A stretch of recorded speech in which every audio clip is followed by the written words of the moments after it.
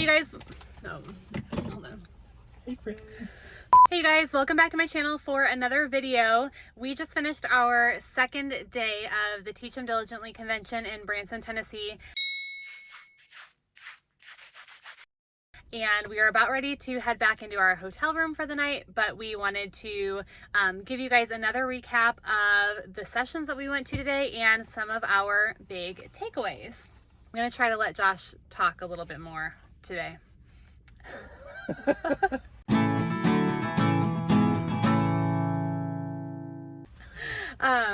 Let's see. So we actually split up for a couple of sessions today. So we didn't go to the same ones, and we actually haven't even talked about our different sessions. So she wouldn't let me talk to her about it. She's like, don't talk about anything, so we have stuff to talk about later. Yeah, we can talk about it here in front of everybody who's watching. So yeah, I can't wait to hear what you learned today. You want me to go first? Did you cry today? You didn't see Norm Wakefield, did you? No, cry? no. Okay. One big takeaway that I learned is that I was calling her Kathy Cook, but it's pronounced Kathy Cook. Sorry about that. I learned how to say her name correctly. I did go to one of her sessions, so we'll talk about that in a second. It's spelled K-O-C-H. I can see how you got there. Yeah, Kathy Cook. Okay, so first session, we split up. Do you want to go first? Sure. Okay. First session I went to was historical accuracy of the Bible, and it was led by Chris. I don't remember his last name, so I'm just going to say it was led by Chris. Speaking of names, did I introduce you yet today? This is my husband, Josh. If you watched our part 1 video, you already know that. But if not, this is my husband, Josh. We are homeschool family, obviously, 4 kids. Married. Okay, continue. I said I was going to let you talk more. Okay. So. As I was saying, historical accuracy of the Bible was the topic I went to. And basically, Chris went through several actually key parts of the Bible and matched it to historical facts you can find in the world today. He went to the oldest known language. Oh man, my handwriting is terrible. In 3000 I have a BC. curriculum for that. Oh, handwriting? I might need that. The spelling. Oh yeah. Math. All Man, the above. I I mean, Okay, anyways, homeschool mom. oldest known language, 3000 BC, Mesopotamia writings. A lot of the writings show lists of kings that ruled in the areas at those times. It talked about a large flood. It talked about Cush, Nimrod's father, or Cush, Nimrod is his father. Can't remember. Long lifespan before the flood. The documents that were found by archaeologists in the area talk about longer lifespan before the big flood and shorter lifespans after the flood. It references key cities from the Bible as well. So when people say that the Bible is not a historical document, basically they don't know what they're talking about. This whole class actually was about disproving that. Mm-hmm. He went through, he showed pictures of Jacob's well, pool of, I always thought it was Pool of Solomon. Siloam? But it's Siloam. Siloam. Yeah, I thought, the entire class I was sitting there thinking, well, when he talked about this, man, I have been saying it wrong the whole time. And everyone probably thinks I'm an idiot. It's like Kathy Cook. Kathy Cook. Let's see. Ezekiel's tunnel. Hezekiah's tunnel. This is why she doesn't put me on these videos or have me take notes for her. But it was a good session. Oh, it was a very good session. Yes. Yeah. I'm already a believer, but if I wasn't, it would have really changed my views on a lot of things. So I didn't know that this many items existed, to tell you the truth. I knew of a couple of things, but I didn't know this many existed. Yeah. You should do Creation of the Greeks with us next year. We're going to learn even more, probably. I can't wait. So while he was in that session, I went to, it was Matt Ludecki and his son Gabe. It was Family Devotions with Lamplighter books, and I wasn't familiar with Lamplighter books at all, and they're probably books that I would have passed up if I had just seen them in the convention center, because they're the kind of books that you like the covers, but they're really old-fashioned looking books But you shouldn't judge a book by its cover, right? I totally am I'm guilty of it a little bit. But we like doing read alouds at home, and so I thought this would be a really cool session to sit in on, because the session was family devotions with Lamplighter books. And they didn't work for Lamplighter. They were volunteering with them because their family has been reading and using Lamplighter books for a long time.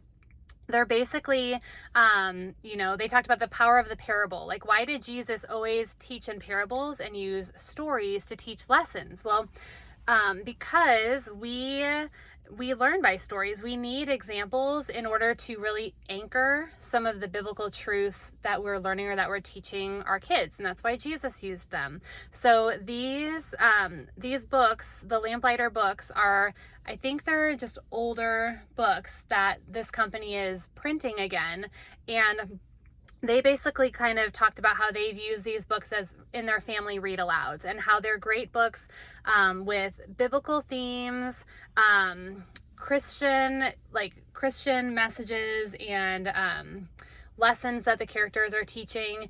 And they've just really enjoyed them. They've used them for teaching character, for family bonding, and it's just become a routine in their family, which I could really relate to, because we kind of have a family read aloud time right now that's become kind of routine for us, and it's something that we all really enjoy, even though, I mean, my oldest is 12 right now, but he, I think, enjoys it for the most part. But so they shared some of their favorite books that they enjoyed. I did pick some up, and I'll probably show those to you guys in another video, the ones that I chose.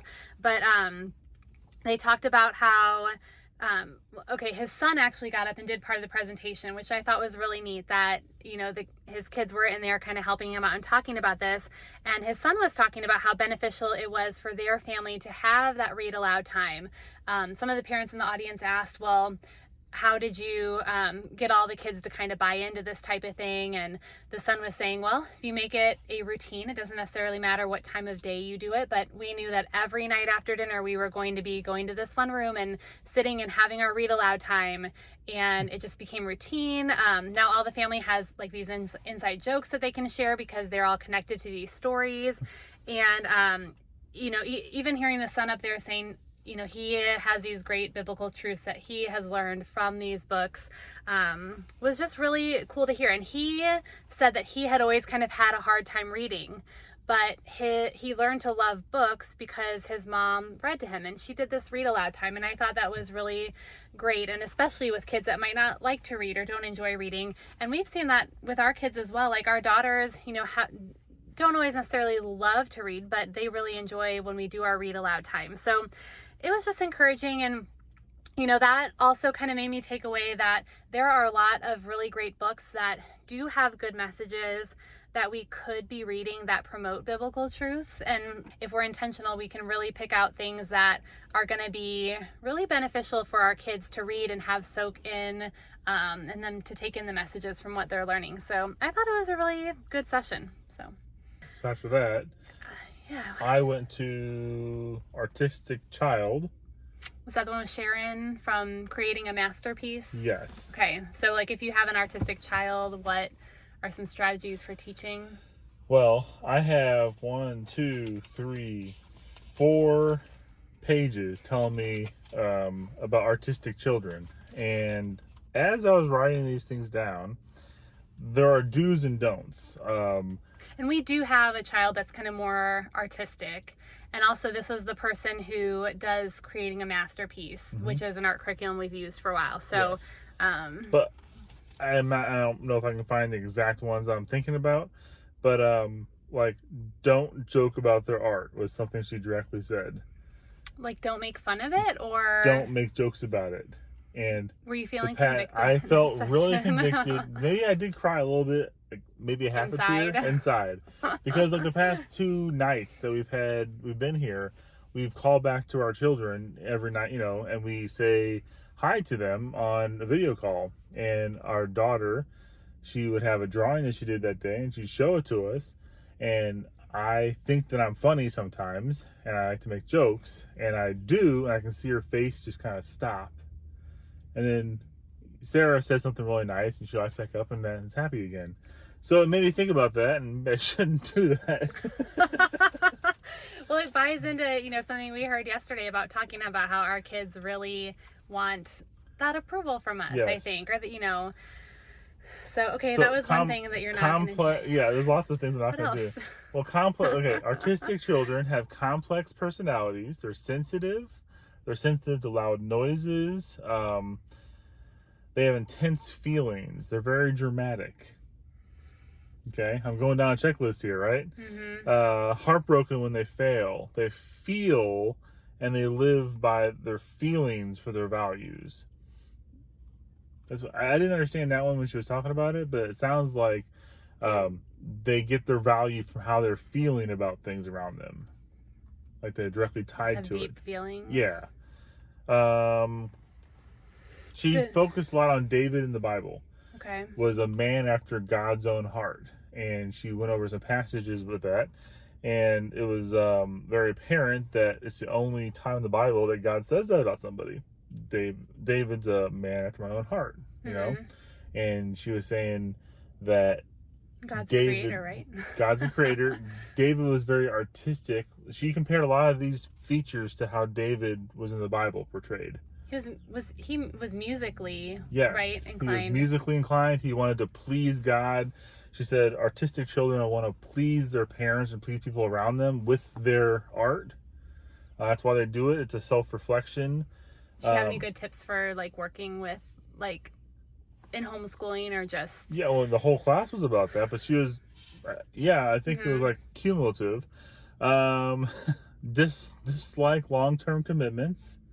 Very independent, like to be alone.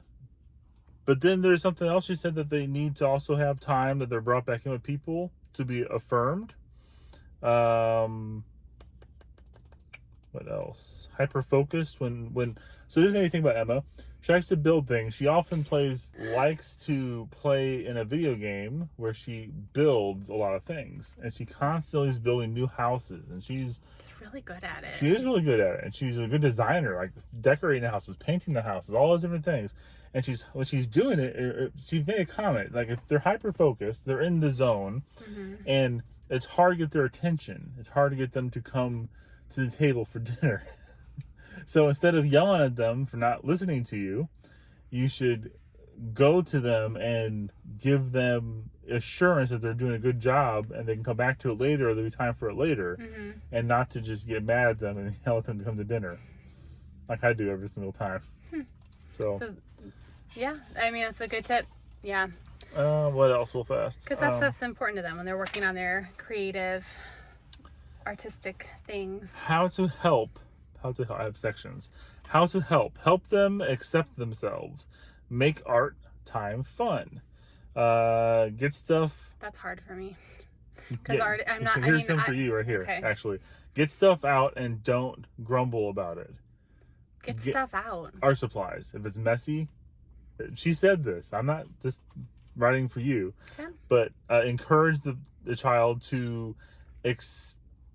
experiment with different medias and try different things like and that. She loves that. This art program, creating a masterpiece, she really liked, because when we used it, we did explore a lot of different art mediums. So we had chalk pastels, or we had paints, and we had clay. So it's a great curriculum, because she got to do a lot of different things, and she really did love that. So, and the last thing, if they show you art, don't critique it. Don't tell them, oh, this looks like a dog, when it's really not supposed to be a dog at all. Don't assume. Ask them to tell you about it, so they can tell you what they drew. And then if you think they might need critique, ask them permission to critique their work. And then also, if you're going to critique it, say things like, do you see anything that bothers you? So they can lead you to there, instead of you pointing things out that you, who are not artistic as they are, will point out. That kind of goes back to, it's making me think about the discernment thing from yesterday too, about even teaching them to be discerning, asking them, well, what do you think about this movie, or after reading these reviews? Just, I mean, all that stuff is so good. And one final thing, encourage a child to seek God as they create. So constantly bring them back to drawing nature, or drawing things around them, and talking about how God created this, and isn't it beautiful? Yeah. So that was that class. It sounds like a good one. It was. Well, you were in there. I was with Sherry Selage. I don't know how to say her name. Sherry Seligson. Sherry. It was what's going on with your middle schoolers, and she was just talking about how when you are homeschooling a child who is in the middle school years, how really it gave me assurance that homeschooling is just such a good thing for them because they're going through so many changes physically, mentally, emotionally, spiritually. So she kind of talked about some of the changes that they'll go through. They need more sleep. She said, all of a sudden your kids that get up at 6 a.m. are sleeping in a little bit later, or, and how as homeschoolers, we have the blessing to be able to adjust their schedules and adjust our teaching methods to really help them with that. Like, they don't have to wake up at 5 a.m. to be able to get to school and then have to do algebra when their brains are not fully awake and functioning yet. She also talked a lot about using teachable moments throughout the day, how as they get older, they become, they might be staying up later, and usually when they want to have deep conversations about things, it's like right when they're ready to go to bed, which I feel like we're already seeing with the girls, and how sometimes it's so tempting just to be like, okay, quiet, go to sleep. But those are really the times when their brains are kind of more active, or they're thinking about things and they want to talk, and how you want to really use those moments when they come up, or even if it's in the middle of the day, whenever it is. She talked about using a lot of educational analogies that and I wrote this down. I forget what like why she was talking about. I think just being a good teacher type thing, but making things kind of more visual.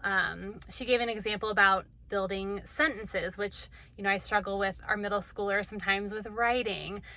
So she said, okay, if you have a sentence like the dog ran, if that's a sentence that they write, talking about, okay, well, that's like a skeleton of a sentence. And then, so what happens if you add some skin and some hair and like all this stuff to it? And, so like the big hairy dog ran down the yard to the, like, just using visuals. So like now he's got a picture in his mind of a skeleton and, can visualize him, or I don't know. I thought that was good. She did another one about air resistance and football and like running through a football thing. And I don't know that I'm that creative, but maybe I can use those two examples that she gave and see if I can come up with some other ones. I don't know. I'm really good at making analogies. You can give me the cues and I'll help you. Define really good. Making analogies. I make attempts. Okay. I'll do that.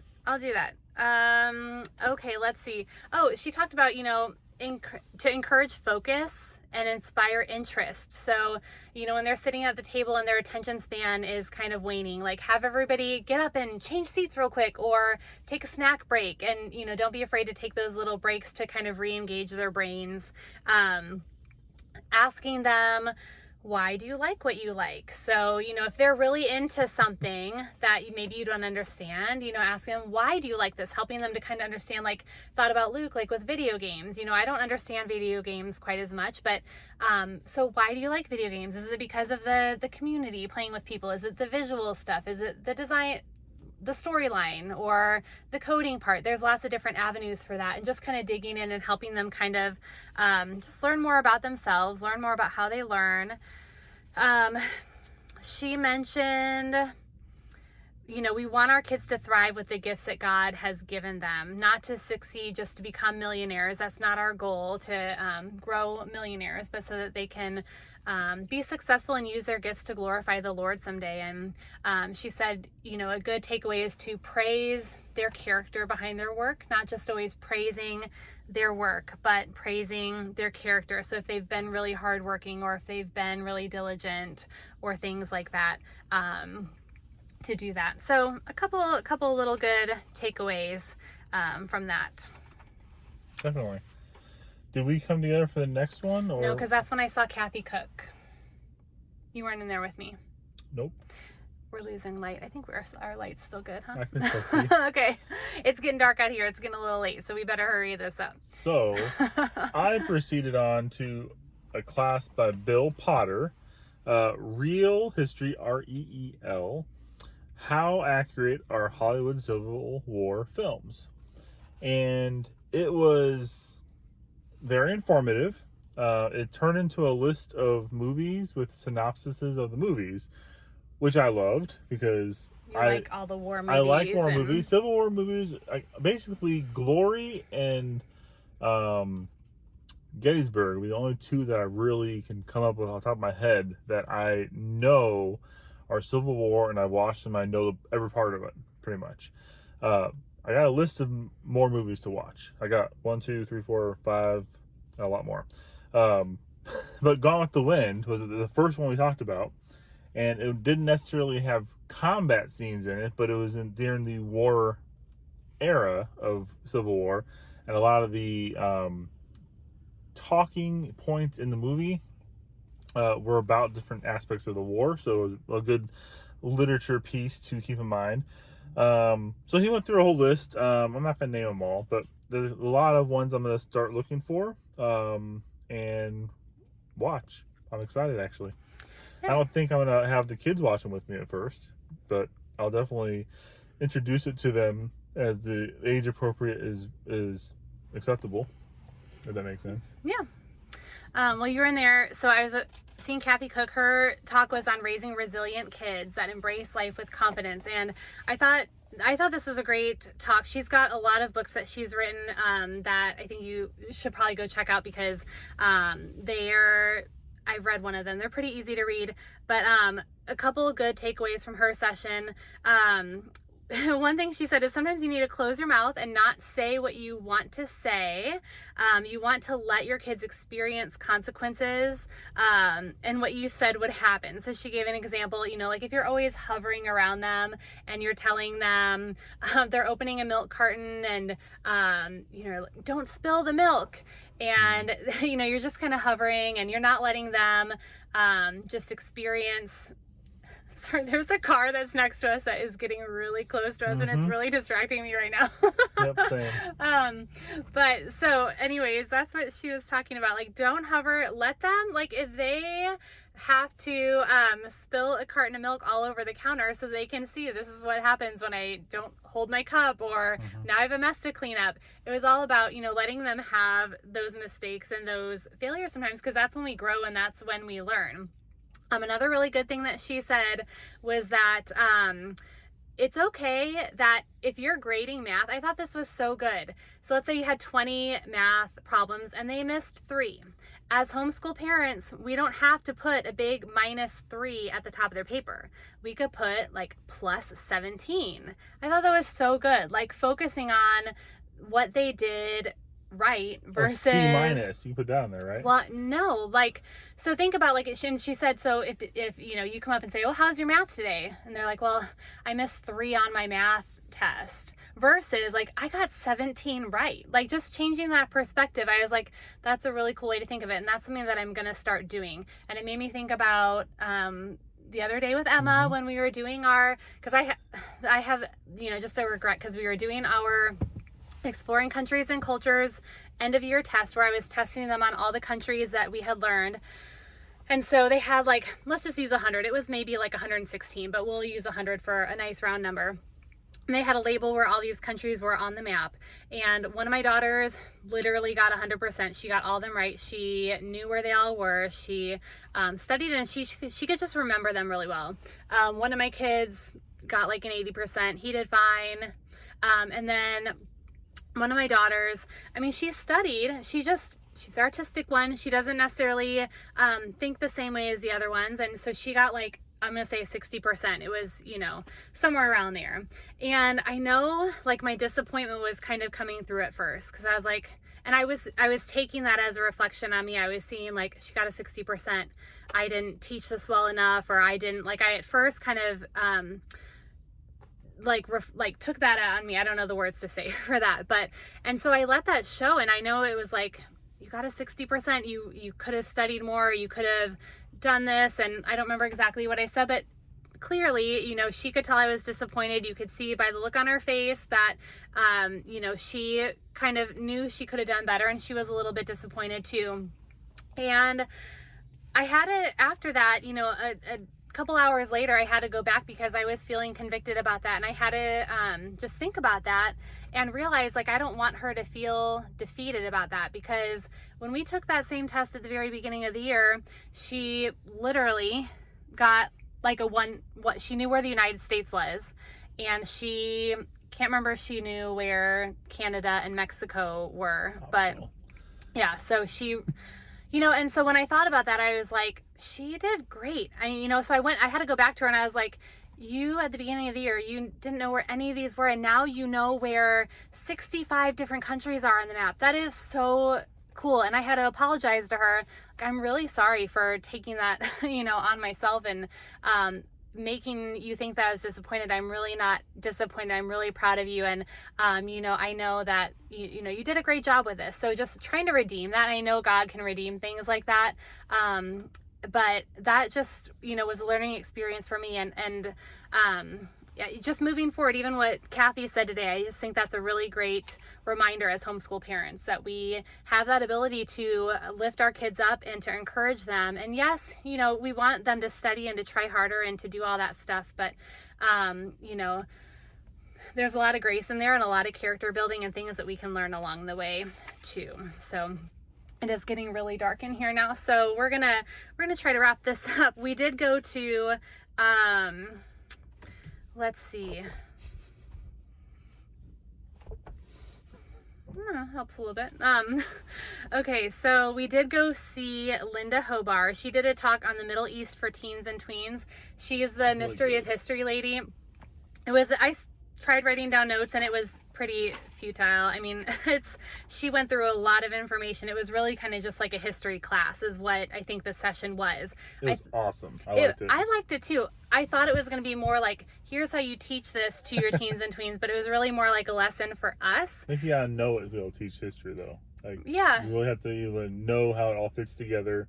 And the Middle East is probably one of the more complicated subjects in the history timelines. Yeah, well, she talked really fast, and she also did say that she had planned this a long time ago. Like, she knew this was the talk she was going to be doing and how relevant it was with everything that's going on right now. And so not too much that I can really share from that, except she did point out, she told like 3 different stories. The third story was about the assassination of Anwar Sadat. I don't know if I'm saying that right, but the big thing that she pointed out there was the October 6th, the things that have happened on October 6th, the past, what was it? So in 73 and then in 81 and then in 2023, and why that date is so significant. And it was neat and eye-opening for me.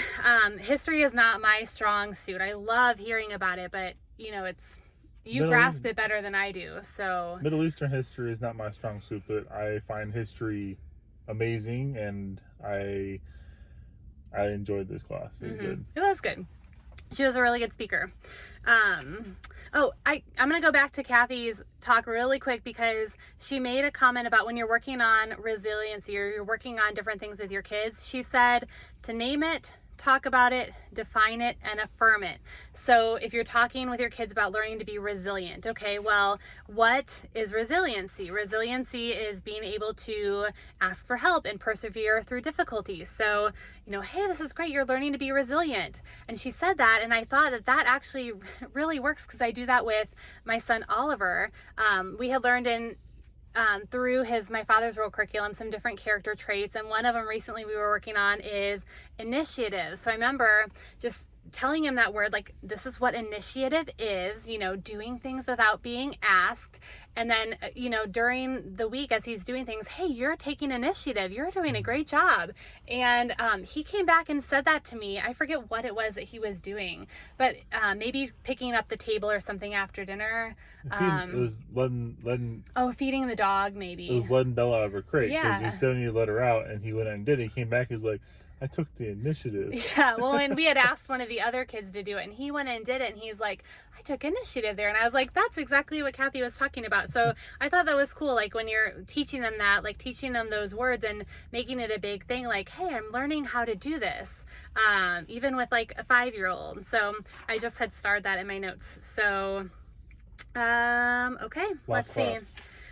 Last class, I have to flip through like the 6 pages of history notes that I scribbled down. The last class, I didn't take a lot of notes, but it was a good class. It was Clayton Butcher, and he talked about enhancing your home and homeschool with the parallel economy. So parallel economy being companies and mainly just companies with conservative Christian values that you can support, you know, because it matters where we spend our money. So he just gave some different examples about different companies that he recommended, companies that, you know, can help if you're looking for something that's kind of not mainstream options, something that will still serve your family. He talked about why that was important, how sometimes it's more expensive, maybe slightly less convenient, but these types of businesses are important to support to kind of get an infrastructure laid. So if it ever came to the point where we, you know, needed to rely on it, things like that. Just with everything that is going on in the world today, I thought it was interesting. I was surprised there weren't more people in there, but it was the end of the day, so people were, you know, shopping, tired.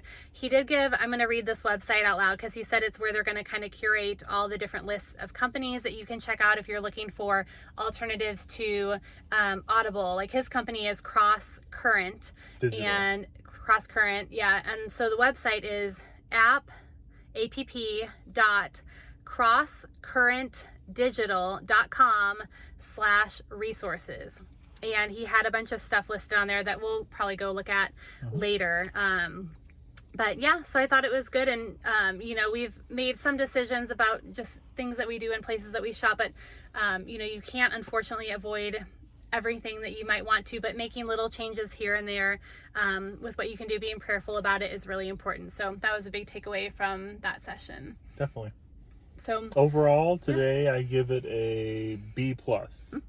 We're pretty tired. We went to the landing for yes. Yeah, so we went there last night for Mexican. Tonight we went to get burgers. Lunch and burgers. Yeah, we did mellow mushroom, and then we did burgers because it's right down the road. So, you know, Branson has been good so far. It's a convenient location. We did go to the vendor hall tonight. We only had a little bit of time to shop. Got a couple of books. The vendor hall is very small compared to the other ones we've been to, but it's the first year. Yeah. So they kind of said to anticipate that that it would be small, but it was nice because it wasn't very crowded. Lots of room to walk around and chat with the different vendors. We got to chat with Robert Walsh from Excalibur STEM Academy. Love talking with him. He's very knowledgeable about all the STEM stuff, and he has a great program. So if you're looking into STEM stuff for, you know, he's got stuff for elementary all the way through high school, and even you know, if you're looking for computer science options, he has things like that. Courses for high school. Yeah, and he's great because he even has laid out like, this is how you can count it as a credit and get your elective done or your computer science. So Excalibur STEM. We enjoyed talking to him. And then we went back and we had listened to Steve Noble yesterday at his session. Noble U. And he had mentioned how one of his sons was in the gaming industry. And we're like, oh, that's really interesting because we have a son that is interested in gaming. And you don't often hear a lot of positive things about gaming and things like that in homeschooling, which, you know, my kids are really into that. So we went and chatted with him to learn more about his son and kind of the route he took with him and just some of that stuff. And he was really great to chat with too. So that was cool. And like I said, I will, I grabbed a few books, a few things. So I'll probably try to do another video or throw that in my other video, show you guys what I got later. But hope you enjoyed chatting with us today and hearing our recap, everything we took away from the sessions. Sun's going down. I had a fun time sharing all of my experiences with you today. Yes, even though we split up for some of the sessions. That was probably the saddest part of the day, is not sitting next to you. I know, we survived. All right, well, thank you guys so much for watching. If you like this video, hit that thumbs up button. Please consider subscribing to my channel, and we've got one more day full of sessions, so hopefully we will sit down and maybe do a part 3 tomorrow. I hope you were inspired by something or encouraged, and I can't wait to see what day 3 holds. Neither can I. Yeah. All right, we'll see you guys later.